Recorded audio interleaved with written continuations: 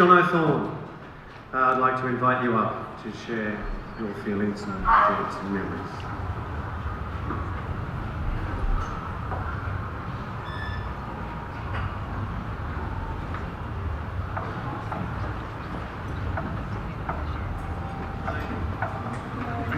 I'm not sure what it was like.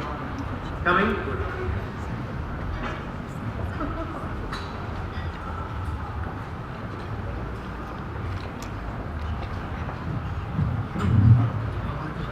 Don't forget to take a moment to put down your thoughts, memories, feelings in the books that we've got over there. It'll be a great thing to keep.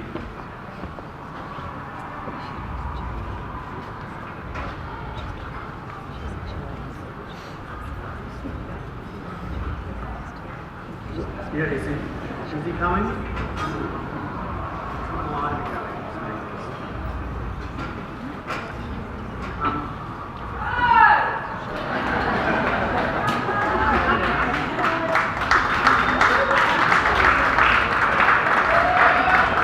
Oh, he's done this deliberately to get a bit flat. No, we might... Is he here? Okay, Jono. Good eye.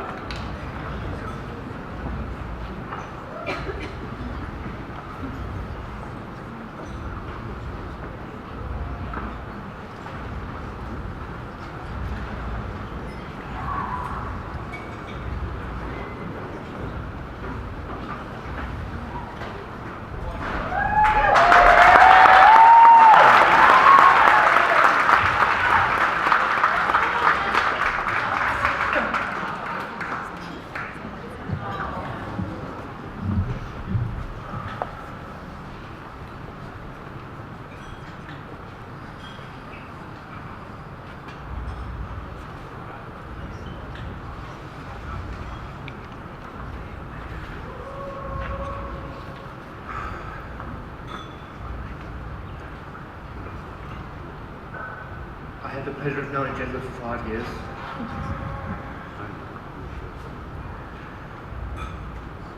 He was a nightmare.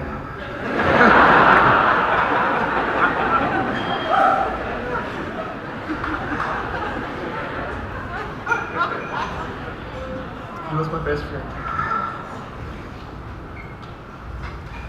He's a jerk for doing this for all of us.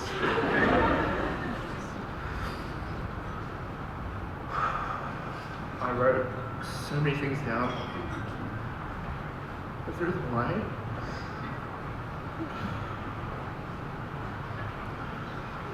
But there was one thing that came to me this morning. Jeremy loved if he could outrun, outsmart, outdo anything in the kitchen. He always used to do it, and he'd turn and go, twice as old, twice as fast.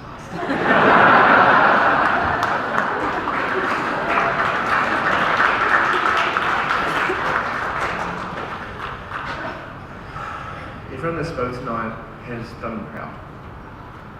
Who he was, what he was, and what he believed in. And I hope, because he cared about the young generation coming through, that we can all pay homage to what he wanted and how he saw things. And for the amount of love he showed for everybody that he worked with and who he kept. We're going to miss you, Jezza. Shouldn't have fucking done it. Yeah. Thank you.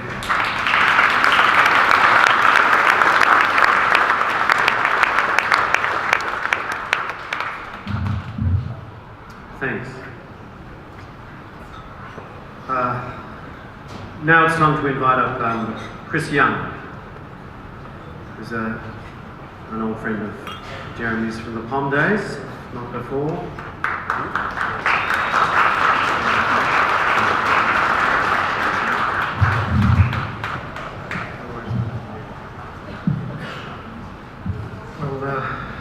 It's been a pretty rough week, yeah?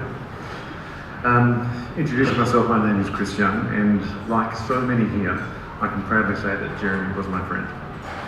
I first laid eyes on Jeremy on New Year's Eve 1994, wielding an industrial-strength gurney as he charged through the kitchens of the Adelphi Hotel with a look in his eye that seemed to say that there would be no rest until these kitchens were cleaner than a priest on Sunday. It was at that point that he first caught my attention. The months and years that followed became an inexplicable experience of coming to know this mercurial character, of attempting to understand the tornado of genius, gentility and inspiration that was the man for whom we now remember. I had the enviable good fortune a few years later to stand at Jeremy's side so as to open our restaurant at home. The birth and existence of this establishment shaped the lives and trajectory of all involved.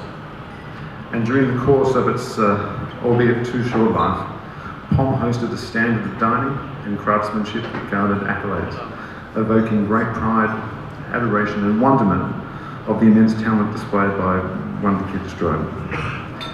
Here today to farewell Jeremy are many of the talented souls who are each an integral part of the POM experience. Souls both with us now, in spirit or sadly departed this world, who amalgamated to create a true family, who remain as family even so long as this time has passed. You know who you are, and I celebrate and thank you for your love and support during this incredibly difficult time. Without him, all of that would never have been. And now without him, it feels as if a whole part of life has gone missing. As well as being who he was part of me.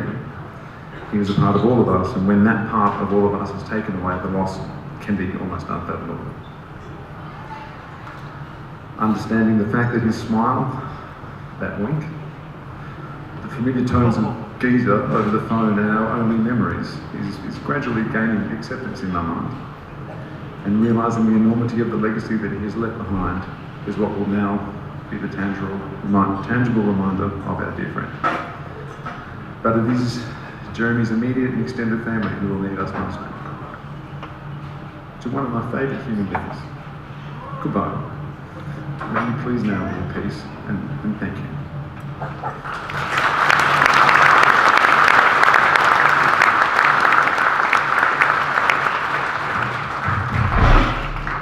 Thanks, Chris. There are two other people who are going to say something, and those people are people who are very, very close to Jeremy. The first person I'd like to invite up is Max Dowzer-Strode.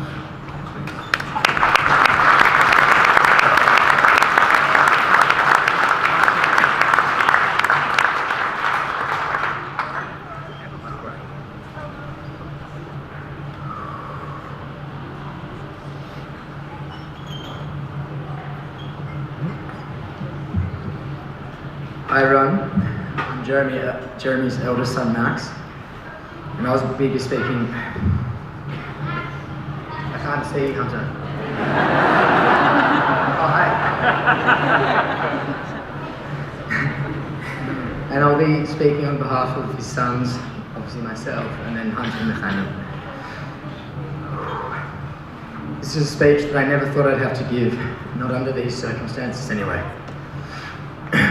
I, along with the rest of Dad's family, am utterly heartbroken, and I apologise if I can't get through the whole thing. Sorry.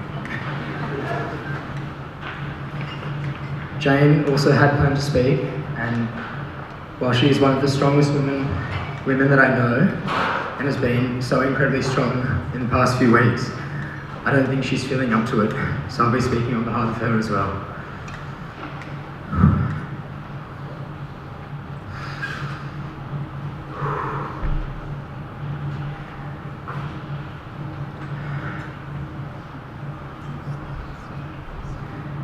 I sincerely thank everyone for coming tonight to celebrate Dad's life. I don't think Dad ever could have expected the magnitude and scale of the public response to his death. From the amount of people here tonight and the outpouring of shock and heartbreak online and in the media, it's evident that he achieved so much and had a positive impact on so many people. Although the enormity of the response and the fact also that Dad used to refer to himself as the Strodester suggests otherwise, I can tell you now that Dad loathed the idea of being a celebrity chef and didn't bring any of his ego into his cooking. This would be obvious to anyone who's seen his reserved and awkward performances on MasterChef. Rather, he was so well known, loved and respected in the industry and beyond due to pure talent, dedication and an uncompromising style. He never constructed a menu or cooked in a way that he knew would be popular with the masses, and in fact, he often did the exact opposite. He insisted on menus full of offal even though it didn't sell.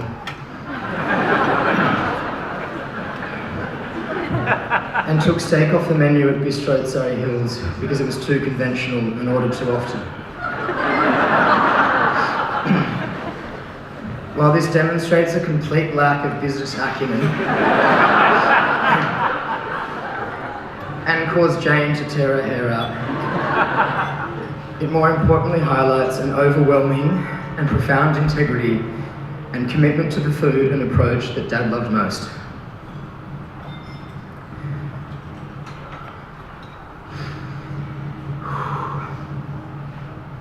Dad was obsessed with food, and with a flurry of passion and excitement, he could make you obsessed too. Whether talking about an individual ingredient that was local and sustainable, or the revered work of a fellow chef, his infectious energy and respect for produce and dining would draw you in. Although this intensity and exuberance around food was always part of my life, and undoubtedly caused me to be a bit of a pretentious child, at age 3, my favourite food was boudin blanc.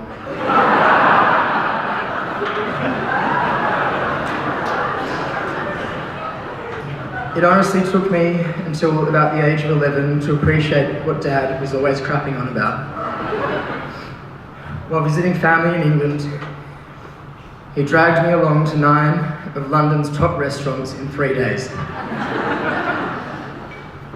At one of them, I tried bouillabaisse for the first time, and I finally understood.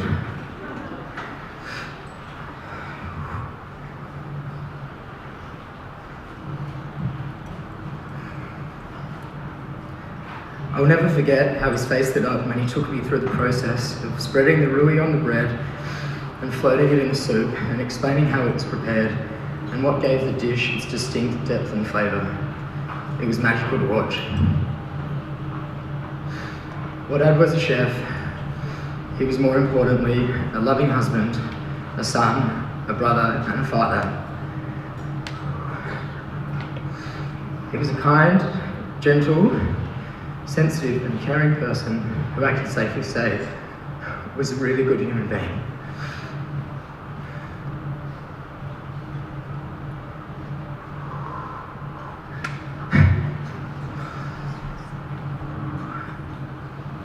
Dad was honest about his mental health and encouraged people to seek help and ask others if they were okay. I wholeheartedly support the current movement around mental health issues and think it's something that we should all prescribe to. Being more honest and transparent about our difficult periods and dark thoughts, not being afraid to have a conversation with others about whether they're okay, will undoubtedly save lives. However,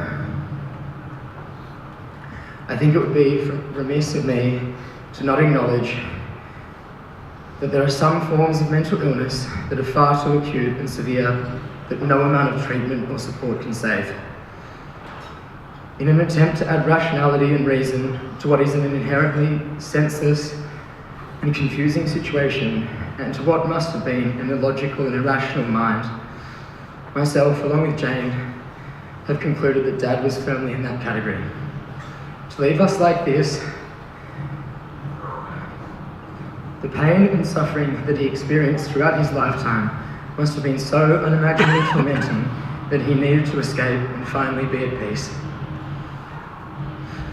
I do not say this to be nihilistic or defeatist, as I truly believe in the current approach to combating mental illness and the incredible work of organisations such as Are You OK? I just say this to assure all of you in this room that knew Dad personally, that you couldn't have done anything more than you did. Dad had an amazing support network full of people who constantly checked in to see if he was all right and persisted when there was no reply.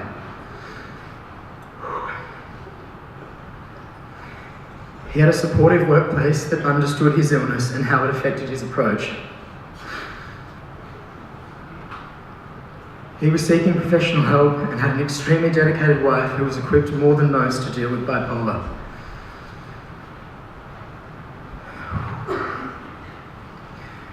To all of Dad's family,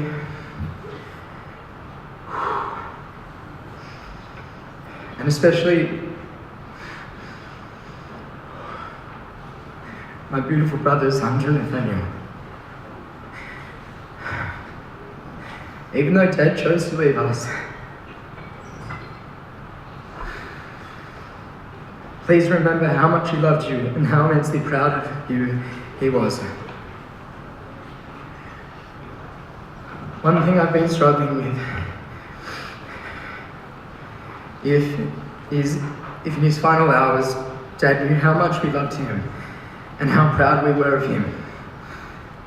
We will never know, and the only answers lie in keeping him and his legacy alive. To everyone in this room, please learn from this tragic event and continue raising awareness about mental health issues and asking others if they're okay.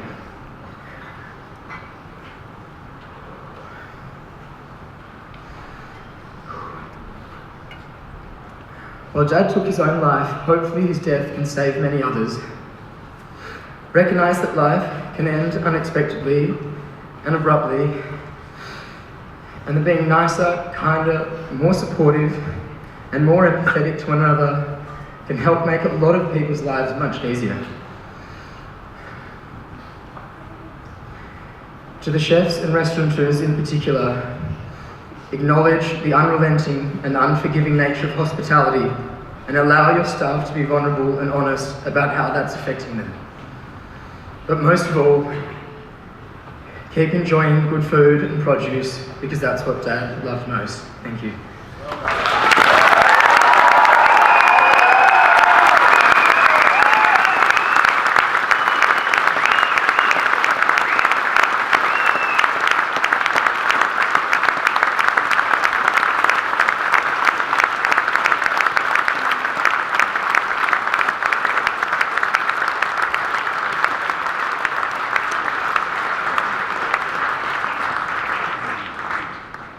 All that remains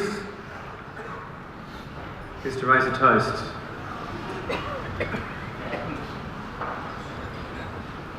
To Jeremy.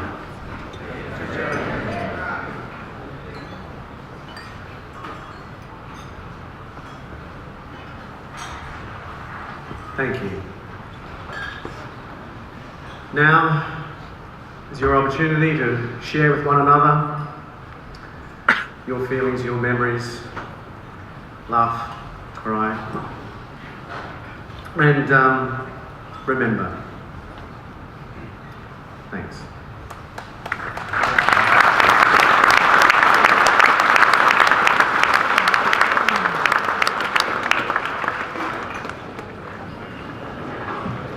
Folks, just before you disperse elsewhere, I just wanted to do one thing. I wasn't quite sure how today would pan out. And as I said earlier on, we've been truly bowled over by the reaction to the loss of my brother, Martin's father, etc. So one thing I just wanted to do was to take a very quick 10-second video of today. The things that people have said today will be seared in my mind forever, to the day I die, basically. But so if you just stay still for 5 seconds. And also, so my mother can see, this extraordinary outpouring. Bear with me. Yeah, cheers. Raise a glass. Do whatever you think. I'm sorry, I don't do Instagram, but I'll Facebook or something. So Jeremy.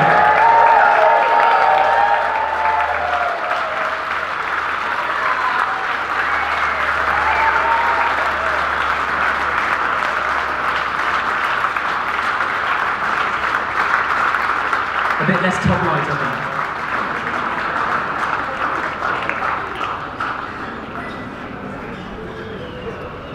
think. Bless you, thank you.